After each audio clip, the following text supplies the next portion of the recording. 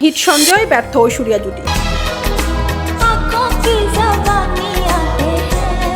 দৈনিক সংবাদ দিগন্ত পত্রিকার সাথে যুক্ত আমি ফারজানা ইসলাম মধু। অভিনেতা সঞ্জয় দত্ত বলিউডে 4 দশকেরও বেশি সময় ধরে কাজ করছেন। ক্যারিয়ারে অসংখ্য সুপারহিট সিনেমা উপহার দেওয়ার পরও সাবেক বিশ্ব সুন্দরী ঐশ্বরিয়া রায় বচ্চনের সঙ্গে তার জুটি তেমন সাফল্য পাননি। তাদের একসঙ্গে করা সিনেমাগুলো বেশিরভাগই বক্স অফিসে ব্যর্থ হয়েছে। 2005 সালে মুক্তি পাওয়া শব্দ সিনেমায় প্রথমবার ঘনিষ্ঠ দৃশ্যে ধরা দেন এই তারকা জুটি। লীনা যাদব পরিচালিত সিনেমাটিতে বড় তারকাদের উপস্থিতি থাকলেও দর্শক গল্পটিকে গ্রহণ করে।